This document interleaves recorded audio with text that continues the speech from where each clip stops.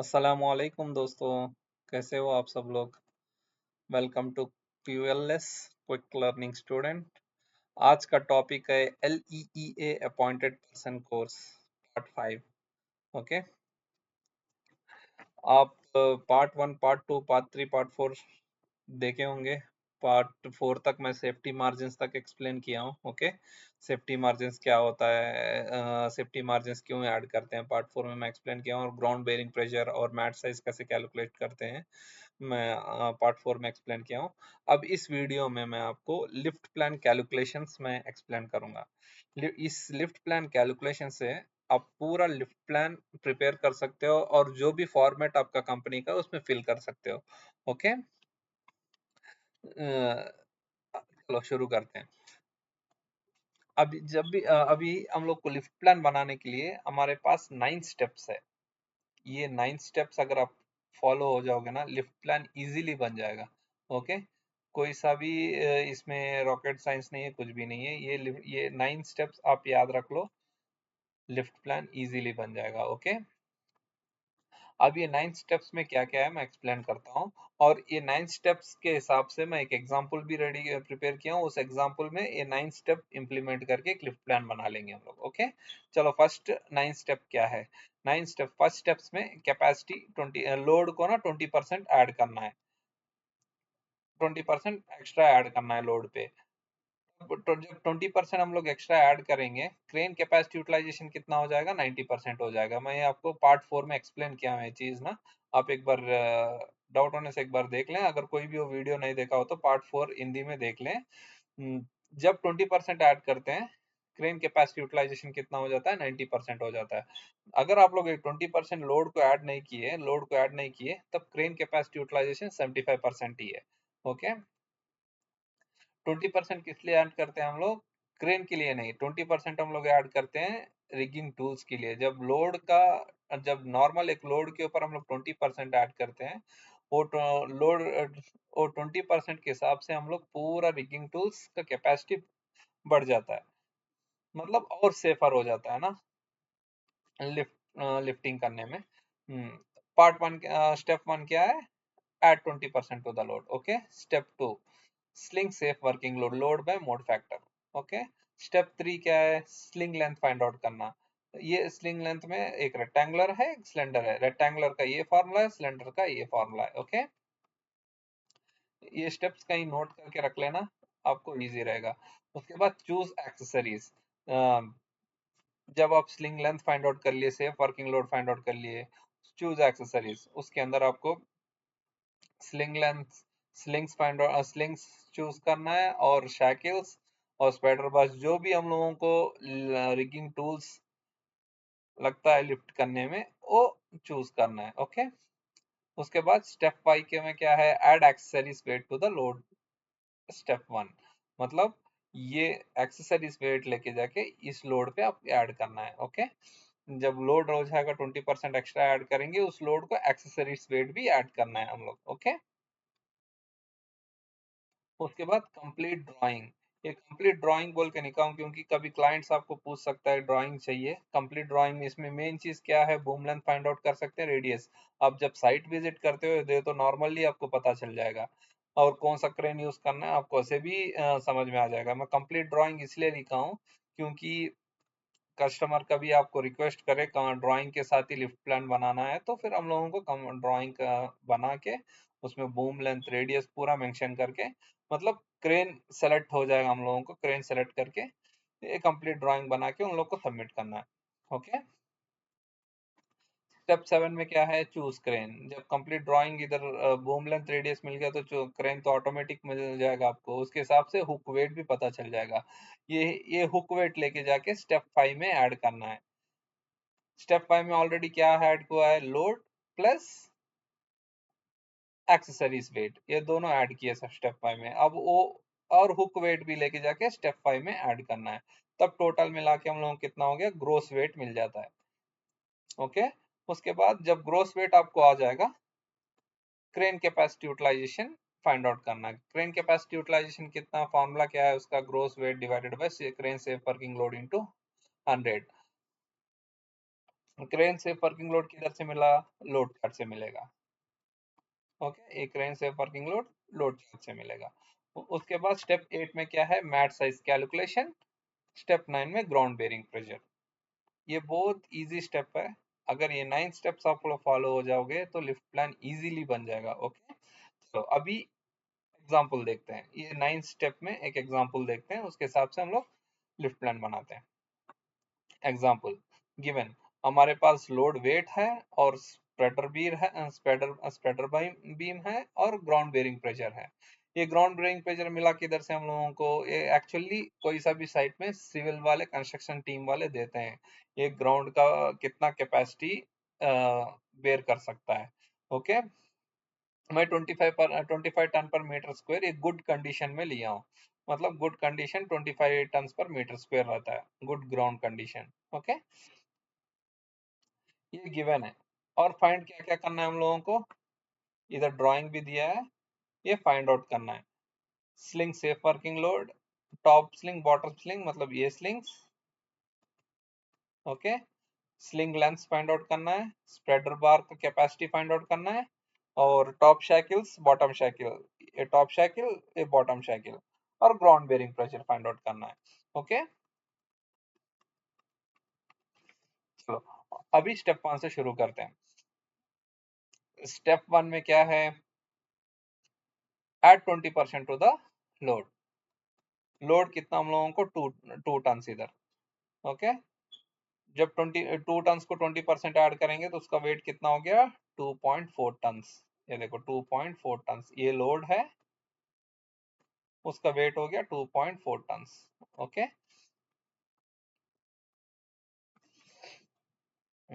अब total load कितना हुआ इधर? लोड प्लस स्प्रेडर बार। अब ये पूरा कंसिडर लोड में ही आएगा ना, ये पूरा हम लोग कंसिडर लोड में ही करते हैं ना, इसीलिए स्प्रेडर बार प्लस लोड, ये टोटल मिला के हम लोगों को 3.1 टन आया है। ओके, स्प्रेडर बार का कितना? 700 केजी इधर दिया और 20% ऐड करके लो 2.4, टोटल मिलाने से 3.1 टन हुआ। अभी आपको डाउट आ सकता है एक्सेसरीज वेट भी ऐड करना है, ये नेक्स्ट स्टेप्स में हम लोग ऐड करेंगे एक्सेसरीज वेट भी। ओके,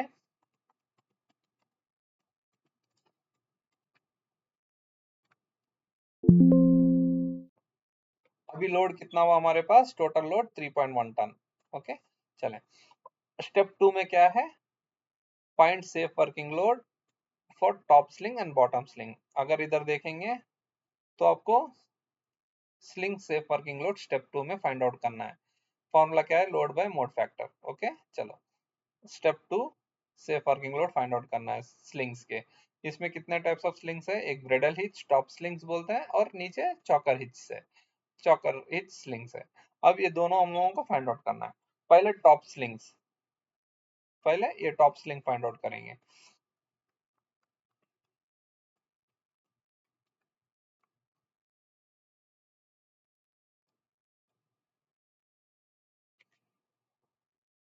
पहले टॉप स्लिंग्स फाइंड आउट करेंगे। Okay,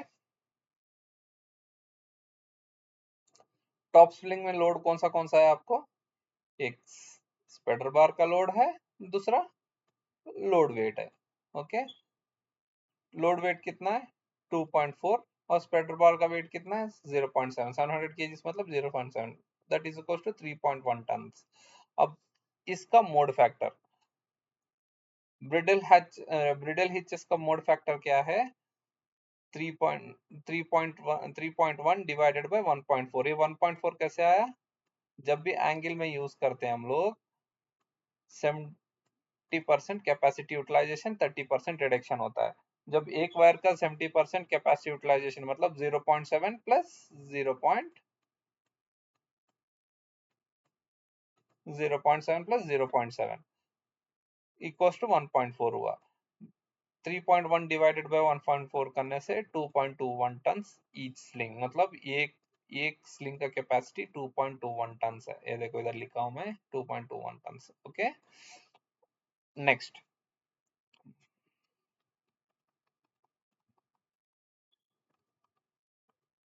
next bottom slings. Bottom slings में क्या है? Choker hitches. Choker hitch. Safe working load find out करने का फॉर्मूला क्या है? Load by mode factor. Load कितना हम लोगों को, सिर्फ ये बेल्ट पे सिर्फ लोड आ रहा है ये नीचे वाला 2.4 टन, 2.4 टन डिवाइडेड बाय 2, क्योंकि अभी देखो इधर स्पाइडर बार में ये वायर रोप का सिर्फ लोड पॉइंट इधर ही एक्ट कर रहा है और ये वायर रोप का इधर एक्ट कर रहा है, इसलिए हम लोग मतलब ये लोड डिवाइडेड इसमें इस वायर रोप में इक्वली डिवाइड हो रहा है और ये वायर रोप में भी ये लोड इक्वली डिवाइड हो रहा है, मतलब इसका लोड अलग है, इसका लोड अलग है। डिवाइडेड बाय 2 करने से एक स्लिंग पे आपको 1.2 टन लोड आ रहा है। ओके, एक स्लिंग पे 1.2 टन लोड आ रहा है और इसको मोड फैक्टर ऐड करना है। चॉकर मोड फैक्टर कितना हुआ divided by, choker mode factor कितना है 0.8, that is equal to 1.5 ton each slings, मतलब ये 1.5 टन ईच स्लिंग्स। ओके, अभी समझ में आया? इधर हम लोग डिवाइडेड बाय 2 क्यों किए? ऊपर वाले स्लिंग में लिफ्टिंग पॉइंट का पॉइंट एक ही जगह है, दोनों वायर रोप का पॉइंट जाके एक ही पॉइंट में मिल रहा है और नीचे वाले वायर स्लिंग्स में, नीचे वाले वायर स्लिंग्स में दोनों का पॉइंट पॉइंट ऑफ कॉन्टेक्ट अलग डिफरेंट डिफरेंट है, उसके वजह से नीचे वाले उसमें डिवाइड किए, ऊपर वाले उसमें डिवाइड नहीं किए। ओके, समझ में आया? अभी स्टेप 2 हो गया। स्टेप 3 में क्या है? स्लिंग लेंथ फाइंड आउट करना है। Okay, sling length find out करने का फॉर्मूला क्या है? डिस्टेंस बाय 1.41, 1.4 ये स्टैंडर्ड है। ओके, डिस्टेंस का मतलब लेग लेंथ, ये डिस्टेंस, इसको डिस्टेंस बोलते हैं। ओके, डिस्टेंस कितना? 6 metres, 6 meters divided by 1.6 meters divided by 1.41, that is equals to 4.25 meters. Okay, अब ई स्लिंग टू 4.25 meters, लेकिन अप्रोक्सीमेट 5 meters मैं इधर लिख दिया। ओके, आपको समझ में आया होगा अभी ये 5 meters मैं किस लिए लिखा हूँ? 4.25 meters को अप्रोक्सीमेट करने से 5 meters, और नीचे वाला स्लिंग का length, choker bottom sling length choker hitch का। ओके, इसका फॉर्मूला आपको मैं ऊपर में दिखाया था, देखो इधर मैं आपको दिखाया था सिलेंडर का formula, pi D plus distance divided by 1.41। चलो,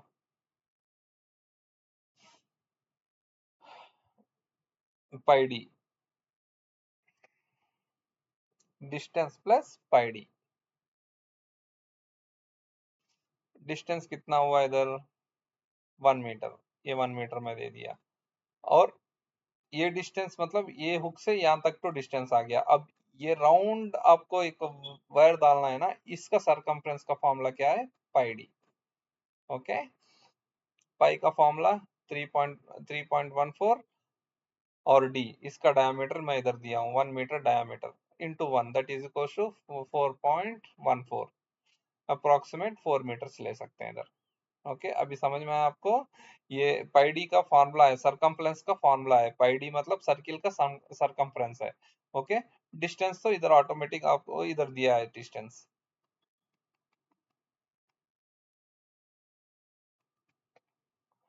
ओके, अभी स्लिंग लेंथ फाइंड आउट हो गए। Next step 4, choose accessories. Okay, more than step 2 and 3। जो भी स्टेप 2 and 3, मतलब स्टेप 2 में हम लोग क्या फाइंड आउट किए?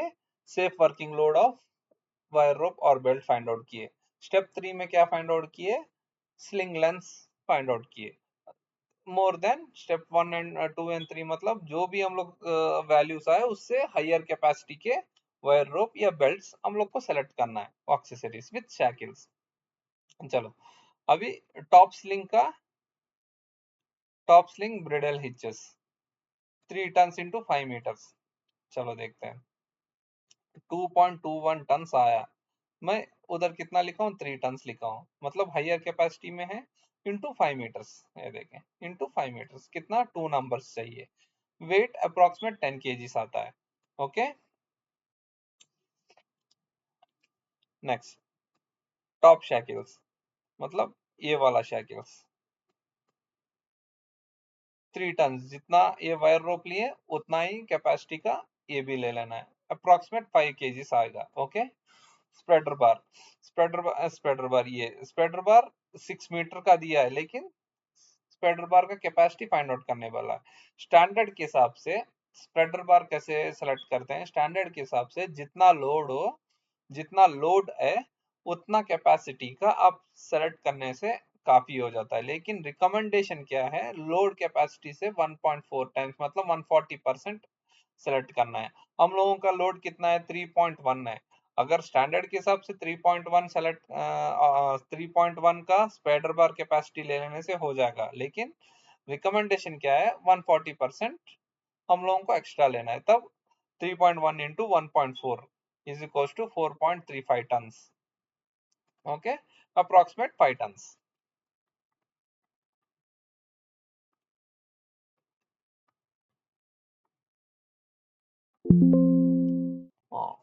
Approximate 5 tons. Okay, 5 tons 6 metre 700 kgs। No bottom cycle, bottom cycle मतलब ये वाले, इसका कितना है, 2.4 लोड है डिवाइडेड बाई 2, 1.2 टन्स मतलब अप्रोक्सीमेट 2 टन्स का कैपेसिटी का साइकिल ले सकते हैं। कितने, 2 नंबर्स क्वांटिटी, अप्रोक्सीमेट 2 केजीस आएगा। Okay, bottom sling, bottom sling choker हिचेस, ये वाले बॉटम स्लिंग, इसका लेंथ कितना है, 4.14 metres, 2 ton capacity 4 metres, that is equal to 2 numbers, weight कितना हुआ, 10 केजीस आएगा। ओके, अब इस टोटल वेट को कैलकुलेट करेंगे। देखो टोटल वेट ऑफ एक्सेसरीज कितना हुआ, 0.727। मतलब स्टेप 4 में क्या हुआ, हम लोग एक्सेसरीज चूज किए और उसका वेट हम लोग फाइंड आउट किए। टोटल एक्सेसरीज का वेट कितना है, 0.727। ओके, अब स्टेप 5, देखो इधर पूरा स्लिंग अरेंजमेंट मैं लिख दिया हूँ, जो जो चीज इधर दिया था ना इधर लिख दिया हूँ। ओके, ये 3 मीटर्स का सेलेक्ट किए, 5 मीटर्स, और ये 1.5 का 1.5 टन है, लेकिन हम लोग 2 टन का वायर रोप सेलेक्ट किए। ओके, चलो अब स्टेप 5, स्टेप 5 में क्या है, add accessories to the load. Step 1 to the load मतलब स्टेप 1, लोड कितना 3.1 प्लस एक्सेसरीज वेट कितना 0.72, that is equal to 3.827 tons. Okay, इसमें स्टेप 5 में कौन से हम लोग लोड्स ऐड किए, एक तो लोड वेट ऐड किए प्लस एक्सेसरीज वेट ऐड किए, और हम लोग को बचा क्या है, हुक वेट बचा है। वो हुक वेट कैसे, हम लोग को स्टेप 6 और 7 में हम लोगों को हुक वेट पता चलेगा। ओके, कौन सा क्रेन हम लोग सेलेक्ट करेंगे उसके हिसाब से हुक वेट पता चलेगा आपको। ओके, अभी तक स्टेप 5 तक हम लोग कंप्लीट किए। अभी स्टेप 6 में क्या है, complete drawing to get minimum boom length and radius. Okay, मैं आपको बताया हूँ, हम लोग नॉर्मली साइट विजिट करते हैं तो रेडियस तो पता चल जाता है, मैं इधर लिख दिया हूँ 22 मीटर्स, और बूम लेंथ उसके हिसाब से क्रेन, क्रेन में ऑलरेडी सेलेक्ट कर चुका हूँ, मतलब क्रेन क्रेन है LTM 1070, उसके हिसाब से ना बूम लेंथ 43.7 में 43.3 मीटर्स। ओके, और क्रेन कैपेसिटी से वर्किंग लोड के क्रेन कैपेसिटी लोड चार्ट के हिसाब से 5.1 टन, ये क्रेन का कॉन्फ़िगरेशन है। ओके, स्टेप 6 में आपको क्या क्या पता चला, स्टेप 6 में मेन बूम लेंथ पता चल गया, रेडियस पता चल गया, और क्रेन कैपेसिटी पता चल गया। ओके, अब स्टेप 7 में क्या है, चलो ये लोड चार्ट है सेम क्रेन का, LTM 70 टन का लोड चार्ट है। देखो 4.3 मीटर्स 22 मीटर रेडियस, हम लोगों का ये 5.1 टन कैपेसिटी। ओके, अब स्टेप 7 में क्या फाइंड आउट करना है हम लोगों को, ग्रोस वेट फाइंड आउट करना है। ग्रोस वेट में क्या है, हुक वेट ऐड करना है जो हम लोगों को स्टेप 5 में वैल्यू आया था। ओके, और crane capacity utilisation find out करना है। चलें, फर्स्ट हुक सेलेक्ट कर लें। हम लोगों का लोड कितना है, 3.7 3.1 है ना। अगर ये चार्ट मैं लोड चार्ट से ही लिया हूँ, लोड चार्ट बुक में देखो 5.7 टन है एक हुक, 5.7 टन वेट लिफ्ट कर सकता है, और नंबर ऑफ लाइंस कितने हैं, 1 लाइन में, और उसका वेट कितना है, 110। ओके, अब इस वैल्यू में स्टेप वाई के वैल्यू में 0.110 ऐड करने से 3.937, ये टोटल ग्रोस वेट है। ओके, टोटल ग्रोस वेट इतना है। क्रेन आपका क्रेन से जब लिफ्ट करेंगे ये टोटल वेट आएगा। इसमें कौन से वेट्स ऐड है? लोड वेट ऐड है, plus accessories weight, plus hook weight, ये तीन ऐड करके ग्रोस वेट हम लोगों को मिल गया। ओके,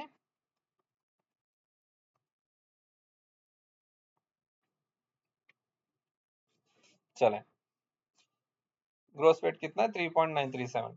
अभी हम लोगों को crane capacity utilisation find out करना है। क्रेन कैपेसिटी यूटिलाइजेशन फॉर्मूला क्या है? Gross weight divided by crane safe working load into 100। Okay, gross weight कितना? 3.937, और crane safe working load load chart के हिसाब से ये देखो 5.1। ओके, ये 5.1 इधर ऐड कर लिए, डिवाइडेड बाय 5.1 इनटू 100, हम लोग कितना है? 77.9%।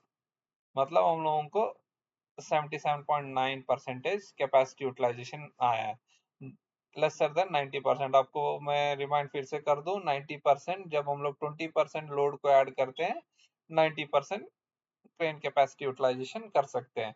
लेकिन एक याद रखना, जब भी लिफ्ट प्लान बनाते हो, अगर आप लोग 90% तक दिए हो, 70, अभी सेफ्टी वाला इस पे ऑब्जेक्शन कर सकता है। 70 नॉर्मल साइड कंडीशन है, 75% है ना, लेकिन इधर 77.9 है, सेफ्टी वाला इस पे ऑब्जेक्शन कर सकता है। लेकिन आप सेफ्टी वाले को एक्सप्लेन करना है। अगर वो सेफ्टी वाला नहीं माना 90% पे, मतलब 77.9 पे, तब आप 20% निकाल दें, पूरा कैलकुलेशन आपको 75 के नीचे आ जाएगा। ओके, चलें, स्टेप 7 हो गया। स्टेप 7 में क्या क्या फाइंड आउट किए? Hook weight, gross weight find out किए, उसके बाद crane capacity utilisation find out किए। अब स्टेप 8,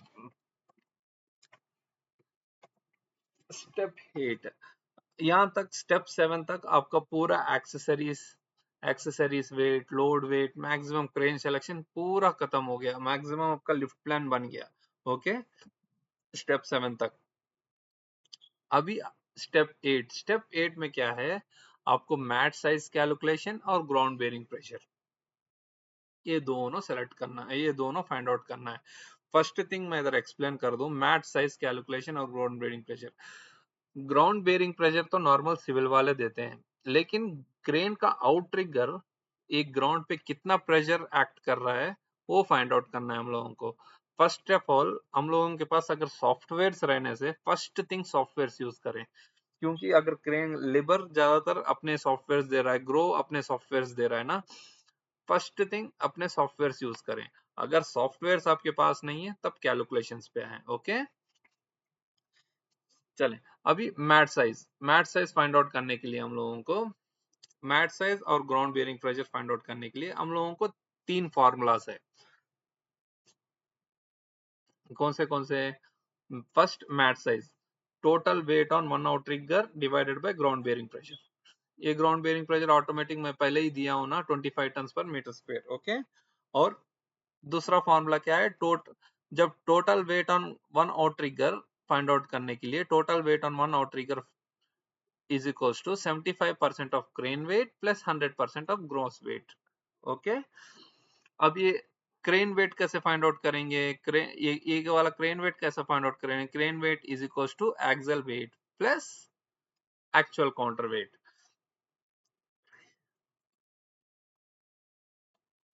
इसका मतलब हम लोग फर्स्ट ए फाइंड आउट करना है, सेकंड ए फाइंड आउट करना है, थर्ड ए फाइंड आउट करना है। ओके, ये तीन फॉर्मूला हम लोग फाइंड आउट करने से हम लोगों को मैट साइज कैलकुलेशन आ जाएगा। मैट कितना साइज का हम लोग सेलेक्ट करना है, कितना लेंथ, कितना विड्थ का मैट साइज हम लोग यूज करना है क्रेन पे, पता चलेगा। ओके, तो फर्स्ट अभी क्रेन वेट फाइंड आउट करते हैं। क्रेन कौन सा सेलेक्ट किए हम लोग? LTM 1070, मतलब 70 टन का लिबर, 70 टन का क्रेन हम लोग सेलेक्ट किए। उस क्रेन में हम लोगों को कितने एक्सिल्स है? 1, 2, 3, 4 एक्सिल्स है। एक याद रखना, सऊदी अरेबिया में एक एक्सिल 12 टन्स का होता है। मतलब फॉर एग्जांपल एक क्रेन डिजाइन किए, मैन्युफैक्चर किए, उसमें अब फॉर एग्जांपल अगर 5 एक्सिल हुआ, 5 एक्सिल हुआ तो एक एक्सिल का वेट 12 टन होता है, मतलब 5 एक्सिल का 60 टन, मतलब टोटल क्रेन वेट 60 टन है। अभी इधर हम लोगों को कितना 4 एक्सिल्स है, एक एक्सिल का वेट कितना है 12 टन है। 12 इंटू 12 प्लस 12 प्लस 12 करने से 12 प्लस 12 प्लस 12 करने से टोटल वेट कितना हुआ 48 टन आया है। ओके, ये याद रखना है 48 टन।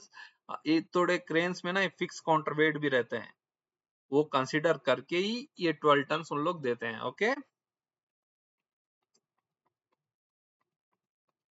मेन रीजन क्या है एक एक्सिल पे 12 टन देने का, एक एक्सिल पे 12 टन देने का मेन रीजन ये है, पूरे सऊदीया में जो भी रोड कंस्ट्रक्शन करते हैं सिविल वाले, वो इसी लोड के ऊपर करते हैं, एक पॉइंट लोड पे 12 टन से ज्यादा नहीं आना चाहिए। ओके, जब ये एक पॉइंट लोड 12 टन से आ जाए, ज्यादा हो जाएगा, फॉर एग्जांपल 14 टन 15 टन ज्यादा हो जाएगा, वो रोड रोड ना डैमेज हो जाता है, उसी के रोड हो गया, ब्रिजेस हो गया, जो भी हो वो डैमेज हो जाते हैं। इसके वजह से 12 टन से ज्यादा एग्जिट नहीं करते हैं ये एक एक्सिल पे। इसीलिए आप लोग ना जब देखे होंगे क्रोलर नहीं, ये आरटी क्रेन्स पे हम लोग रोड पे ज्यादा ट्रैवल नहीं करना चाहिए, वो हम लोग लो बेड्स पे लोड करके लेके जाते हैं। Okay,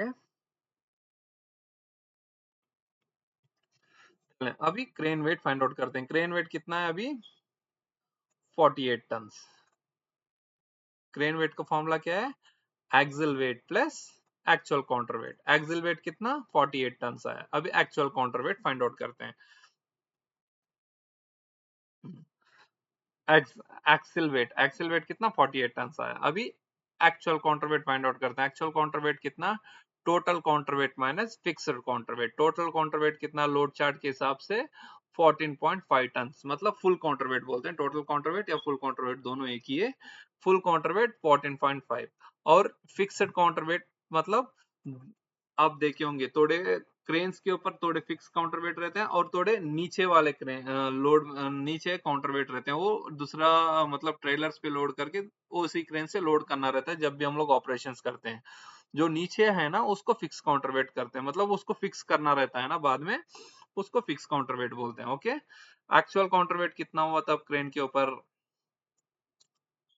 14.5 minus 10.7 that is equal to 3.8 tons, मतलब ये 3.8 टन्स ये क्रेन के ऊपर लगा रहता है, कभी भी उसके ऊपर ही अटैच्ड काउंटर वेट्स बोलते हैं इसके ऊपर ना, ये 3.8 टन्स रहते हैं, मतलब 48 प्लस 3.8 टन्स कितना हो गया 51.8 टन। ओके, ये याद रखना, ये जब ये 3.8 टन हम लोग कैलकुलेट किए, मैन्युफैक्चरर एक्चुअली ये कंसिडर करके ही ये 12 टन एक्सिल पे देता है, लेकिन हम लोग जब सॉफ्टवेयर यूज नहीं कर रहे हैं ग्राउंड बेयरिंग मैट साइज और ग्राउंड बेयरिंग प्रेशर कैलकुलेशन करने के लिए, ये इस वेट को भी हम लोग एक्स्ट्रा कंसिडर करते हैं। ओके,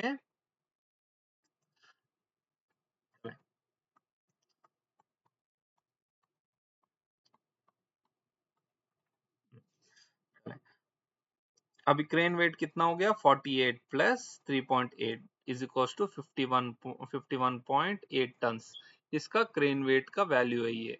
टोटल क्रेन वेट कितना हुआ 51.8 टन। अभी हम लोगों को ये कैलकुलेशन हो गया। अब सेकंड क्या है, total weight on one out trigger, अभी ये कैलकुलेट करना है सेकंड कैलकुलेशन। चले, सेकंड क्या है, टो, total weight on one outrigger, ये देखें total weight on one outrigger. Okay, ये total weight on one outrigger का फॉर्मूला क्या है, 70% of crane weight plus 100% gross wait.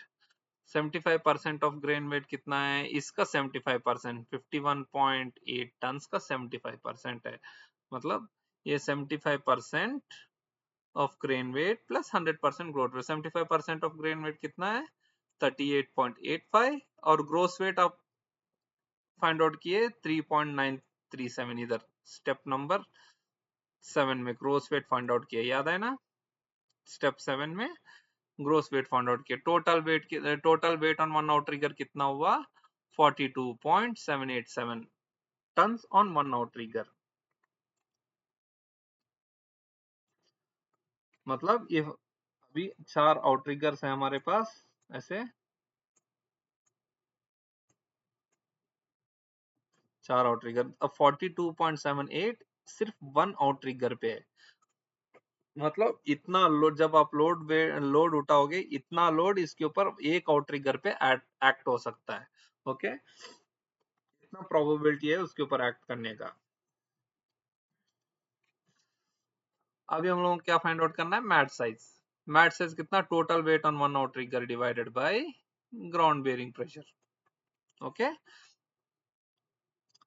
Mat size, total weight on one outrigger कितना हुआ? 42.78। ये देखो 42.78, 42.78 divided by ground bearing pressure. मैं आपको स्टार्टिंग में शो किया था 25 टन पर metre square, that is equal to कितना आया? 1.71 मीटर स्क्वायर आया। ये एरिया है, एक मैट साइज का एरिया है 1.7, एक मैट साइज का एरिया है 1.71 मीटर स्क्वायर। ओके, अब इसके हिसाब से लेंथ विथ चार्ट के, ये हम लोग को वैल्यू आ गया। अभी चार्ट के हिसाब से इसका actual mat size find out करेंगे। चलो 1.71 आया ना हम लोगों को वैल्यू। चलो चार्ट में देखते हैं। चार्ट में 1.71 हम लोगों को वैल्यू आया। चार्ट में वो वैल्यू नहीं है। हाईएस्ट वैल्यू कितना है? लोएस्ट 1.44 है और हाईएस्ट 2.25, मतलब इसके सेंटर में हम लोग कंसीडर 2.25 कंसीडर करेंगे। ओके, और उसका साइज कितना है? 1.5 मीटर बाय 1.5 मीटर। इधर मटेरियल क्या लिखा है? एल्यूमिनियम लिखा है। इसको एल्यूमिनियम निकाल दें। स्टील पैड्स भी यूज कर सकते हैं, वुड पैड भी यूज कर सकते हैं, जैसे रिक्वायरमेंट, कस्टमर रिक्वायरमेंट पकड़ के। ओके, अभी हम लोगों का मैट साइज कितना है? 1.5 metres by 1.5 metres. Okay, 22.25 metre से देखो 22.25 मीटर्स, मतलब 1.5 मीटर बाय 1.5 मीटर। आपको अभी मैट साइज पता चल गया। अब इस मैट साइज से हम लोग ग्राउंड बेरिंग प्रेशर क्रेन का फाइंड आउट करेंगे। ओके, स्टेप 8 में क्या फाइंड आउट किया आप लोग? सिर्फ मैट साइज फाइंड आउट किए। ओके, अब अभी स्टेप 9 में क्रेन का ग्राउंड बेरिंग प्रेशर, मतलब उस ग्राउंड पे क्रेन के वजह से कितना वेट आ रहा है, वो फाइंड आउट कर रहे हैं अभी हम लोग। ओके, चलो, ग्राउंड बेरिंग प्रेशर का फॉर्मूला क्या है? Total weight on one outrigger divided by actual mat size. Okay, total weight on one outrigger find out कर लिए हम लोग, और एक्चुअल मैट साइज भी फाइंड आउट किए। Total weight on one outrigger कितना है? इधर देखो, total weight on one outrigger 42.787। Okay, और एक्चुअल मैट साइज दोनों इधर ही है, इधर ही फाइंड आउट, दोनों इधर ही है। Okay, 42.78 divided by 2.25, 42.78 divided by 2.25 आया हम लोगों को वैल्यू 19.0 टन पर metre square, that lesser than 25 ton पर मीटर स्क्वायर। हम लोगों का एक्चुअल कितना था? ग्राउंड बेरिंग प्रेशर 25 टन हम लोग रख सकते हैं, लेकिन हम लोगों का आया कितना? 19.01 टन, मतलब बेस्ट सूटेबल पैड साइज है। ओके, मतलब एक स्क्वायर मीटर में 25 टन हम लोग यूज कर सकते हैं, लेकिन हम लोगों को आया 19, मतलब हम लोग इजीली इस लोड को इस मैट साइज के हिसाब से हम लोग लिफ्ट कर सकते हैं। डिफरेंस कितना है? 5.99 टन, मतलब 25 माइनस 19.01 करने से 5.99, मतलब, और इस पे 5 टन हम लोग एक्स्ट्रा ऐड भी हो गया तो मैट को, ग्राउंड को कुछ भी इफेक्ट नहीं पड़ेगा। ओके, ये 9 स्टेप्स है। अगर ये 9 स्टेप अगर आप लोग फॉलो हो गए, पूरा लिफ्ट प्लान बन जाएगा। ओके, चलो फिर एक बार रिवाइज कर लेते हैं। स्टेप 1 20% ऐड करना है। Step 2 sling safe working load find out करना है। Step 3 sling length find out करना है। स्टेप 4 चूज एक्सेसरीज करना है। ओके, स्टेप 5 एक्सेसरीज वेट लोड 1 को ऐड करना है। और स्टेप 6 कंप्लीट ड्राइंग किस लिए? मेन बूम लेंथ के लिए और रेडियस के लिए। स्टेप 7 क्रेन चूज करना है। जब रेडियस और बूम लेंथ आपको पता चल गया तो क्रेन भी चूज करना है। क्रेन चूज कर लिए, उसके हिसाब से हुक वेट भी फाइंड आउट करें।